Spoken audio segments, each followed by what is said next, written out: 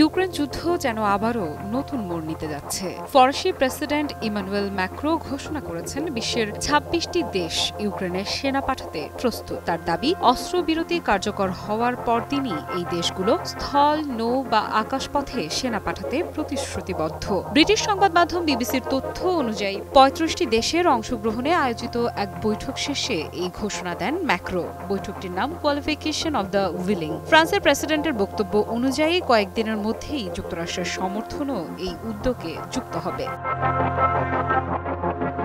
তবে মার্কিন president Donald Trump স্পষ্ট করে বলেছেন, ওয়াশিংটন স্থল সেনা পাঠাবে না। যুক্তরাষ্ট্রের সহায়তা সম্ভবত আসবে আকাশ প্রতিরক্ষার মাধ্যমে। ইউক্রেনের প্রেসিডেন্ট ভলোদিমির জেলেনস্কিও এরই মধ্যে ট্রাম্পের সঙ্গে কথা বলেছেন এবং দাবি করেছেন ইউক্রেনের আকাশ সীমার সর্বোচ্চ সুরক্ষা। কিন্তু এদিকে এক ধরনের অচলাবস্থাও তৈরি হয়েছে, কারণ গত মাসে আলাস্কায় ট্রাম্প ও রুশ প্রেসিডেন্ট ভ্লাদিমির পুতিনের বৈঠকের পর থেকে যুদ্ধ বন্ধের সম্ভাব্য চুক্তির আশা অনেকটাই ফিকে হয়ে গেছে।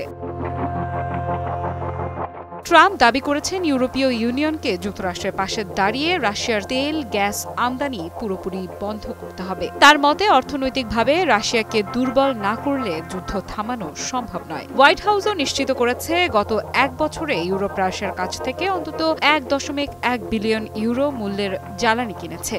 যদিও ইইউ ঘোষণা দিয়েছে ২০২৭ সালের মধ্যে রাশিয়া থেকে সব ধরনের জ্বালানি আমদানি বন্ধ করা হবে। ব্রিটিশ প্রধানমন্ত্রী কিয়ার স্টারমার জানিয়েছেন, পশ্চিমা মিত্ররা এখন ইউক্রেনের প্রতি অটলভাবে প্রতিশ্রুতিবদ্ধ এবং যুক্তরাষ্ট্রের নেতৃত্বে রাশিয়াকে বাধ্য করতে হবে যুদ্ধ থামাতে। কিন্তু সমস্যা হলো, প্রকাশ্যে খুব কম দেশই সেনা পাঠানোর প্রতিশ্রুতি দিয়েছে। ইউরোপীয় কূটনীতিকদের মতে, এখনই এই ঘোষণা প্রকাশ্যে দিলে পুতিনের পশ্চিমা বিরোধী প্রচারণা আরও বৃদ্ধি পাবে।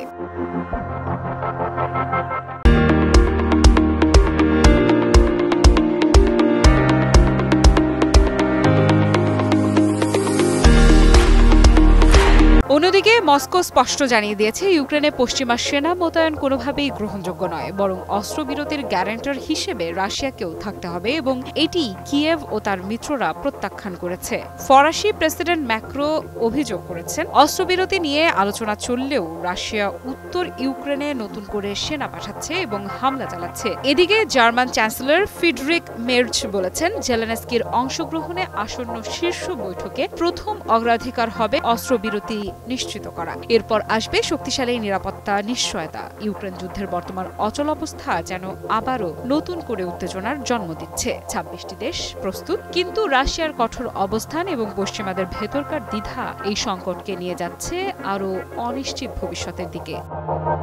আফরিদা ইফরা, নিউজ 24।